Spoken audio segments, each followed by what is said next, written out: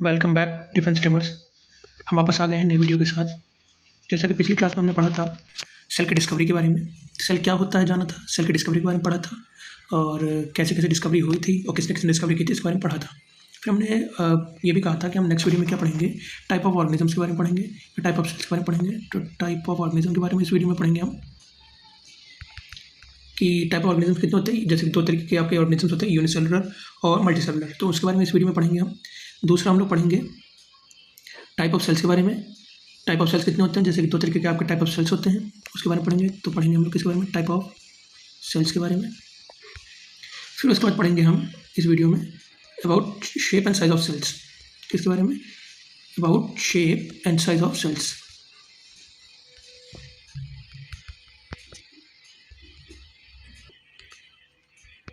तो इन तीन चीज़ों के बारे में इस वीडियो में हम पढ़ेंगे।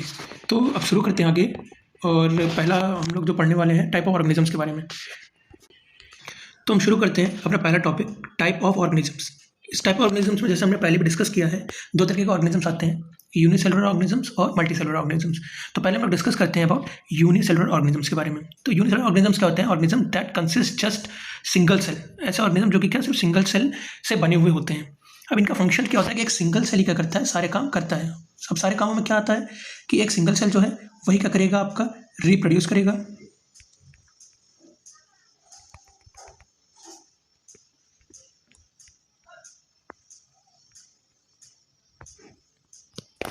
वही क्या करेगा, ग्रोथ करेगा। एक सिंगल सेल ही रिप्रोड्यूस भी कर रहा है, ग्रोथ भी कर रहा है, और सारी मेटाबॉलिक एक्टिविटी सारी वो अकेले ही कर रहा है। तो ये तीनों चीज़ें, मतलब पूरा लाइफ प्रोसेस सिर्फ सिंगल सेल ही चला रहा है। और ऐसे ऑर्गेनिज्म जिसमें सिंगल सेल ही सब कुछ कंट्रोल करता है, पूरा लाइफ प्रोसेस कंट्रोल करता है, उसे हम लोग यूनिसेलुलर ऑर्गेनिजम्स कहते हैं। अब इसमें एग्जाम्पल्स क्या आते हैं आपके, एग्जाम्पल्स क्या हैं, एक तो बैक्टीरिया है,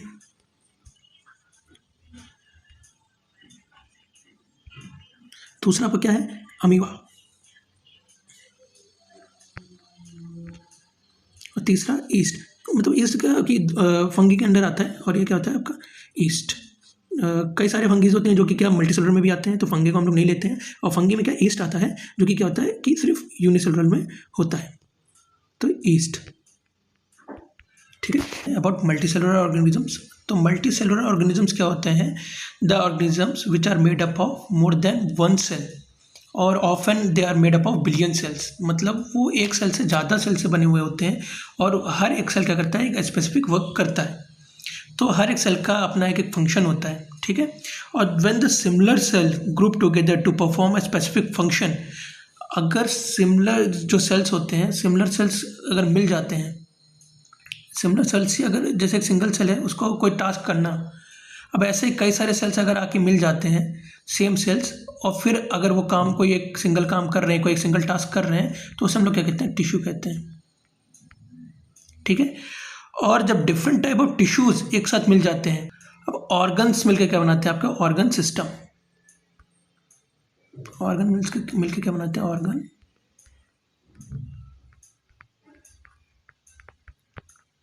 सिस्टम। तो ये क्या होता है, मल्टीसेलुलर ऑर्गेनिजम्स में काम होता है। और इसके एग्जांपल्स हमको बहुत इजीली पता है, हम भी मल्टीसेलुलर में आते हैं। तो क्या है, एग्जांपल्स क्या होंगे इसके, एक तो हम खुद ह्यूमन, दूसरे प्लांट,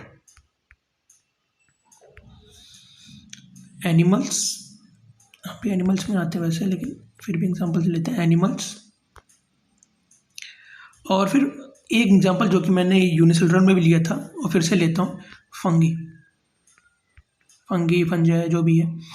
तो ये क्या होता है कि फंगी, वहाँ पे हमने ईस्ट की बात की थी, यहाँ पे हम लोग फंगी, जो कई सारे फंगीज जो होते हैं जो कि मल्टीसेलुलर में भी आते हैं। अब और एक बार हम फिर से ठीक से समझ लेते हैं, क्या, सेल्स टू टिश्यू,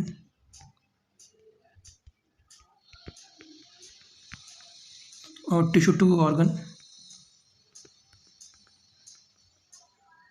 ठीक है, एक बार फिर से ठीक है इसको उनको समझ लेते हैं। तो सेल्स क्या होता है, फंडामेंटल यूनिट ऑफ लाइफ होता है।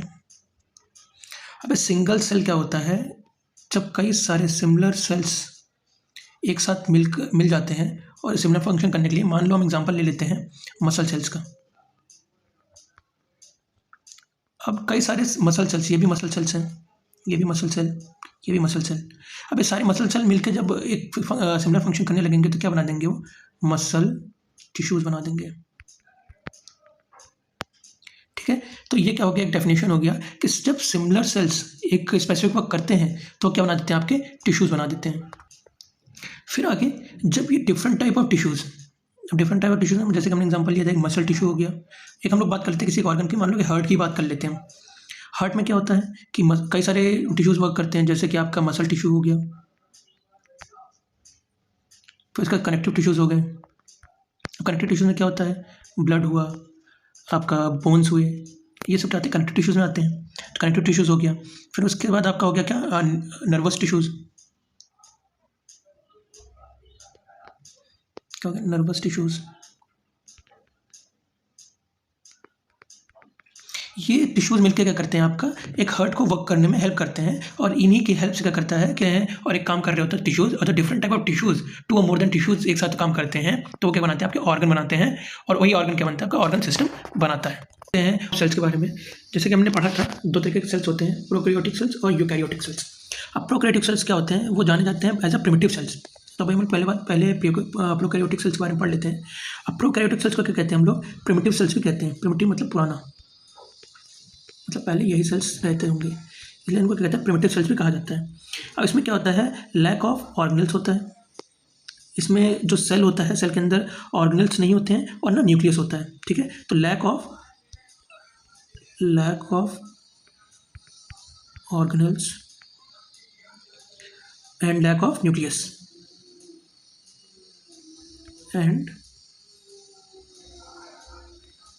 न्यूक्लियस, ये दोनों क्या होते हैं, वहाँ पे एब्सेंट होते हैं। और इनको 2 डिस्टिंक्ट ग्रुप में डिवाइड किया गया है। किन ग्रुप में डिवाइड किया गया है इसको, एक तो डिवाइड किया गया आपका बैक्टीरिया में, एक तो डिवाइड किया गया आपका बैक्टीरिया में, और दूसरा डिवाइड किया गया आर्किया में। ठीक है, इन 2 चीज़ों में इसको क्या कर रखा है, डिवाइड कर रखा है। अब इसमें क्या होता है, हमने अभी पढ़ा कि इसमें क्या होता है कि न्यूक्लियस नहीं होता है। जैसे कि हमने पढ़ा था कि जो सेल होता है इसके अंदर न्यूक्लियस नहीं होता है, तो इसका जो जेनेटिक मटेरियल होता है वो क्या होता है कि यहीं कहीं बाहर ही पड़ा रहता है। दूसरा क्या होता है कि इसमें कोई बाउंड्रीज नहीं होती हैं। तो यहाँ पे कोई ऑर्गेनल्स, पहले तो हमने पढ़ लिया कि ऑर्गेनल्स नहीं होते हैं, जैसे कि यहाँ पर माइटोकॉन्ड्रिया नहीं होता है, एंडोप्लाज्मिक रेटिकुलम नहीं होता, गोल्गी एपरेटस नहीं होता है। और दूसरा, ये जो इसमें जेनेटिक मटेरियल होता है वो क्या होता है, एक सर्कुलर डीएनए होता है, सर्कुलर डीएनए होता है, और इसे हम लोग क्या कहते हैं, न्यूक्लियोसाइड डिवाइड होता है। ठीक है, और दूसरा क्या होता है, इनमें सेल्स वॉल जो प्रेजेंट रहते हैं वो क्या होता है, सेल मेम्ब्रेन के बाहर प्रेजेंट रहते हैं। और ये सेल मेम्ब्रेन है, इसके बाहर क्या होता है आपका, कहीं वो सेल वॉल प्रेजेंट रहता है। इनमें क्या होता है, अपेंडेजेस होते हैं, मतलब कि जो मूवमेंट के लिए या अटैच होने के लिए जो चीज़ें यूज होती है, जैसे कि जो फ्लैजिला होता है, एक हेयर लाइक लंबा सा स्ट्रक्चर होता है, इसे हम लोग क्या कहते हैं, मैं थोड़ा सा इसको इरेज करता हूँ। तो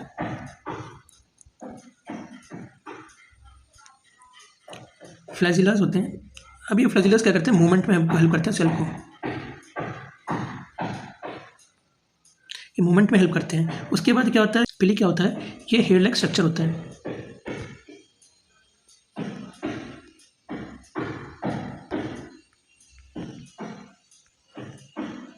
हेयर लाइक स्ट्रक्चर होता है जो कि हेल्प करता है क्या करने में, अटैच होने में बैक्टीरियल बॉडीज़ को। ठीक है, ये क्या हेल्प करता है प्लीज़, ये अटैच होने में प्लीज़ का हेल्प्स बैक्टीरिया टू अटैच। ठीक है, अब ये मालूम चल गया कहाँ पे होता है, बैक्टीरियाज की बॉडी पर हेयर लाइक स्ट्रक्चर जो प्रेजेंट रहता है, बैक्टीरिया की बॉडी है उस पर जो हेयर लाइक स्ट्रक्चर प्रेजेंट रहता है, ये क्या कहते हैं, आपके प्लेस कहलाते हैं। और एक लंबा अगर स्ट्रिंग होगा तो क्या कहलाएगा, फ्लैजिला कहलाएगा। ठीक है, तो हेयर लाइक स्ट्रक्चर जो ये तो जो फ्लैजिला होता है, जैसे हमें मालूम है किसके लिए हेल्प होता है, मूवमेंट के लिए हेल्प करता है। जो फ्लैजिला होता है ये क्या करता है, मूवमेंट के लिए हेल्प करता है, मूव करवाने के लिए। और जो ये प्लेस होती हैं ये क्या करती हैं, ये हेल्प करती हैं, ये हेयर लाइक स्ट्रक्चर होता है जो कि हेल्प करता है बैक्टीरिया को अटैच करने के लिए किसी भी बॉडी पर। ठीक है, आगे हम बढ़ते हैं। तो इनमें जो रिप्रोडक्शन होता है, इनमें जो रिप्रोडक्शन होता है वो कौन सा होता है, इन सेल में जो रिप्रोडक्शन होता है वो कौन सा होता होगा, असेक्सुअल्स, बिल्कुल सही।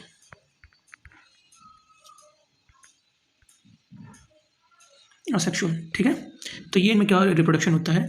इतना ही हम प्रोकैरियोटिक सेल्स के बारे में बात करते हैं ज़्यादा। तो प्रोकैरियोटिक सेल्स के बारे में हमने पढ़ लिया, अब हम पढ़ते हैं यूकैरियोटिक सेल्स के बारे में। पहले तो प्रोकैरियोटिक सेल्स जो होते हैं वो क्या होते हैं कि प्राइमरली वो क्या होता है, यूनिसेलुलर ही होते हैं, लेकिन कुछ होते हैं जो कि मल्टीसेलुलर होते हैं, जब वो क्या करते हैं कि एक ग्रुप बना लेते हैं। और यूकैरियोटिक क्या होते हैं कि आपका दोनों होते हैं, यूनिसेलुलर भी होता है और मल्टीसेलुलर भी होता है, ठीक है। अब इनमें क्या होता है, जो भी हमने प्रोकैरियोटिक सेल्स में पढ़ा उसका उल्टा ही होता है यहाँ पर। ये क्या होता है, पहले तो एक ये इनमें वेल डिफाइंड न्यूक्लियस होता है, वेल डिफाइंड ऑर्गेनल्स होते हैं, जैसे कि यहाँ पर क्या पाया जाता है, अपना माइटोकॉन्ड्रिया पाया जाता है, एंडोप्लाज्मिक रेटिकुलम पाया जाता है, एंड गोल्गी ऑपरेटस पाया जाता है, ठीक है। कई सारे ऑर्गेनल्स अदर भी पाए जाते हैं। इनमें सेल डिवीजन जो होता है वो कैसे होता है, माइटोसिस की हेल्प से होता है। वहाँ पर कैसे हो रहा होता है, बाइंडर फिजन की हेल्प से हो रहा होगा। यहाँ पर कैसे होता है, माइटोसिस की हेल्प से होता है, ठीक है। अब इसमें क्या होता है कि एक और चीज़ के बारे में हम यहाँ पे पढ़ते हैं, साइटोस्केलेटन के बारे में। अब साइटोस्केलेटन क्या होता है,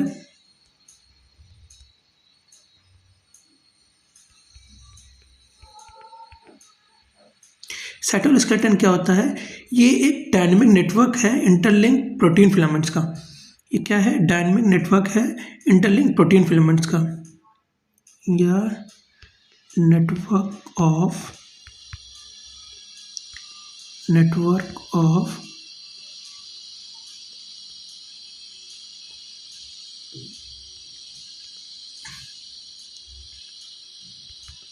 protein filaments, ठीक है। और ये कहाँ पर, पहले तो ये माना जाता था कि जो साइटोस्केलेटन है वो सिर्फ यूकैरियोट में प्रेजेंट रहता है, लेकिन 1990 में ये मिथ ब्रेक हुआ और ये कहा गया कि जो साइटोस्केलेटन है वो दोनों में पाया जाता है, मतलब प्रोकैरियोटिक सेल्स में पाया जाता है और यूकैरियोटिक सेल्स में भी पाया जाता है, ठीक है। अब ये जो साइटोस्केलेटन है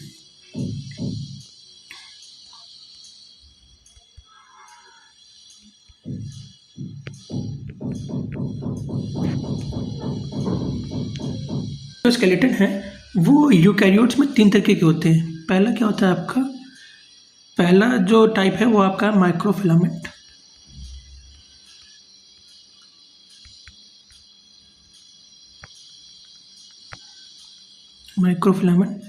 दूसरा क्या आपका माइक्रोट्यूब्यूल्स,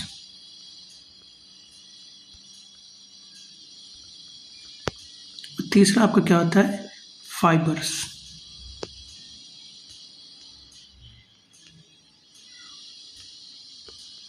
तीन तरीके के होते हैं साइटोस्केलेटन्स होते हैं। अब साइटोस्केलेटन एक्चुअल में होता क्या है, साइटोस्केलेटन क्या होता है, एक इंटरलिंक्ड प्रोटीन फिलामेंट होता है जो कि क्या करता है, एक स्ट्रक्चर प्रोवाइड करता है, एक रिजिडिटी प्रोवाइड करता है किसको, सेल्स को। तो ये क्या होता है आपका साइटोस्केलेटन होता है। अब यूकैरियोटिक सेल्स के बारे में हम लोग सब जानते हैं कि इसका जेनेटिक मटेरियल जो होता है वो डीएनए होता है। साइज इसका जो होता है प्रोकैरियोटिक सेल से थोड़ा सा बड़ा होता है, और बस यही सब पढ़ते हैं वो सेल्स शेप एंड साइज। तो shape and size of cells में हम लोग पहले पढ़ेंगे शेप ऑफ सेल्स के बारे में। तो शेप ऑफ सेल्स जो होते हैं वो डिटरमाइन किए जाते हैं उनके फंक्शंस और उनके रोल की वजह से जो एक ऑर्गेनिज्म में वो प्ले करते हैं। अब जो शेप है वो आपका स्पेरिकल भी हो सकता है, इरेगुलर भी हो सकता है, इलोंगेटेड मतलब थोड़ा सा लंबा भी हो सकता है, ब्रांच लाइक स्ट्रक्चर भी हो सकता है, और ये क्या है स्पिंडल शेप में भी आता है, ठीक है। अब इसमें हम लोग एग्जांपल ले लेते हैं सब चीज़ों का, कि मान लो स्पेरिकल की हम लोग बात कर रहे हैं, स्पेरिकल सेल्स की अगर हम लोग बात कर रहे हैं तो क्या आता है आपका ब्लड वेसल्स। ब्लड वाला जो होता है वो बाइकॉन्केव होता है, लेकिन कई सारे ऐसे ब्लड सेल्स होते हैं जो कि क्या होते हैं स्पेरिकल शेप में होते हैं, ठीक है। तो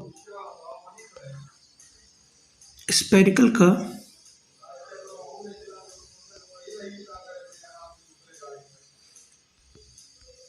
एग्जाम्पल क्या हो गया आपका, कोकस हो गया, कोकस बैक्टीरिया। दूसरा क्या होगा आपका ब्लड सेल्स हो जाएंगे,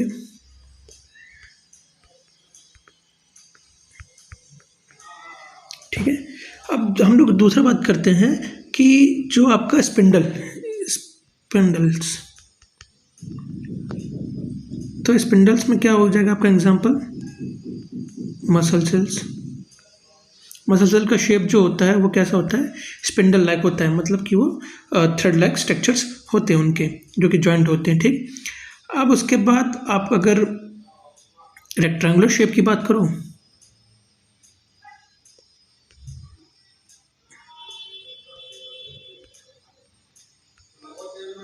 तो हमें पता है कहाँ पे होता है, जो प्लांट सेल्स होते हैं वहाँ,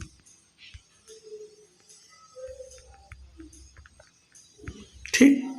और उसके बाद अगर हम लोग ब्रांच लाइक स्ट्रक्चर की बात करें, ब्रांच लाइक, तो कहाँ पे होता है अपने न्यूरॉन्स, ठीक है।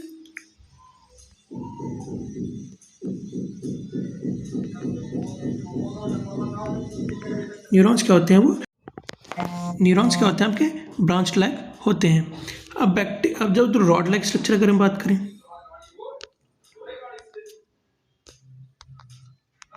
अगर रॉड लाइक बात करें, ठीक है, तो ये कहाँ पे होंगे आपके बैक्टीरिया में,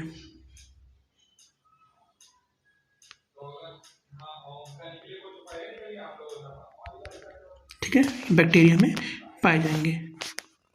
तो ये बात कर ली हमने अबाउट सेल शेप। अब सेल साइज की बात करें अगर, तो most of the cells are microscopic, क्योंकि उनकी जो रेंज होती है वो क्या होती है 5 to 15 माइक्रोमीटर्स की उसमें होती है, ठीक है। जैसे यहाँ पे लिखा भी हुआ है कि आपका जो मोस्ट ऑफ द सेल्स जो होते हैं वो किस रेंज में आते हैं, माइक्रोस्कोपिक होते हैं, और वो क्या होता है 5 to 15 माइक्रोमीटर्स की रेंज में आते हैं।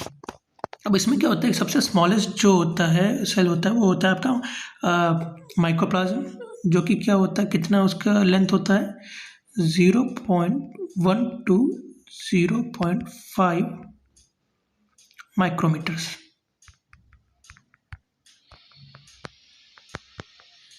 ठीक है। ये क्या साइज होती है आपकी सबसे स्मॉलेस्ट सेल की, जो कि क्या है माइकोप्लाज्म है। अगला हम लोग बात करते हैं सबसे लार्जेस्ट सेल की। तो लार्जेस्ट सेल सबको पता है कौन सा है, कि वो एक ऑस्ट्रिच एग है, जो डायरेक्टली रिलेटेड टू नहीं होता है ऑर्गेनिज्म के साइज से। तो ये क्या है कि वो जो होता है आपका ऑस्ट्रिच एग होता है।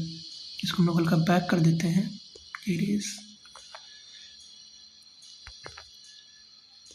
अगला क्या होता है, लार्जेस्ट सेल जो है आपका वो कौन सा है, ऑस्ट्रिच एग है, जो कि क्या होता है 170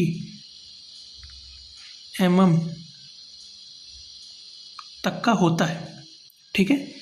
अब इसमें क्या होता है कि हाँ एक चीज़ और, ये माइक्रोप्लाज्म जो होते हैं ये क्या करते हैं कि एक तरीके के पैथोजेंस होते हैं, जो कि क्या हमारे बॉडी में बीमारी करते हैं। जैसे कि हम एक बीमारी का नाम जानते हैं निमोनिया।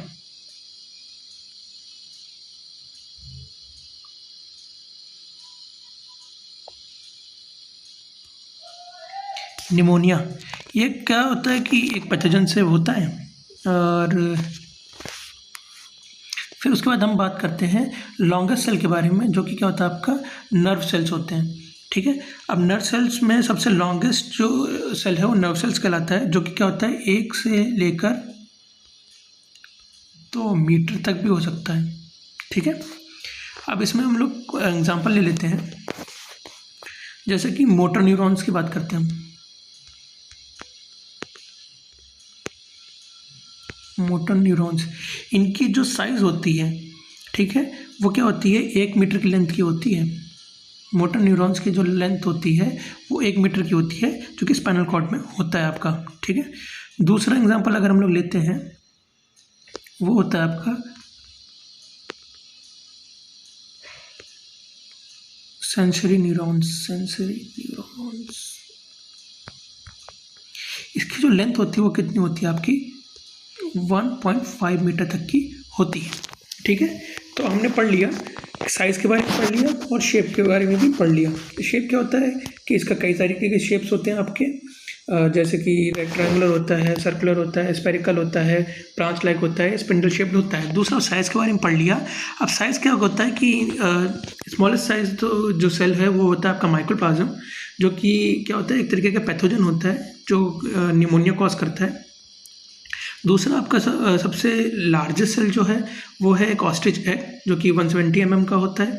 तीसरा लॉन्गेस्ट सेल की बात अगर हम करें तो वो क्या होता है, आपका नर्वस सेल होता है, जो कि 1 to 2 मीटर्स का होता है। ठीक है, आज के लिए इतना ही। आगे हम लोग पढ़ेंगे about plant cells and animal cells, और उसके बाद cell structure and its function, जिसमें हम लोग सेल्स के ऑर्गेनल्स के बारे में पढ़ेंगे, जैसे कि cell membrane, cytoplasm, nucleus, nuclear membrane, फिर उसके बाद DNA, इन सब के बारे में पढ़ेंगे। क्रोमोसोम्स के बारे में पढ़ेंगे,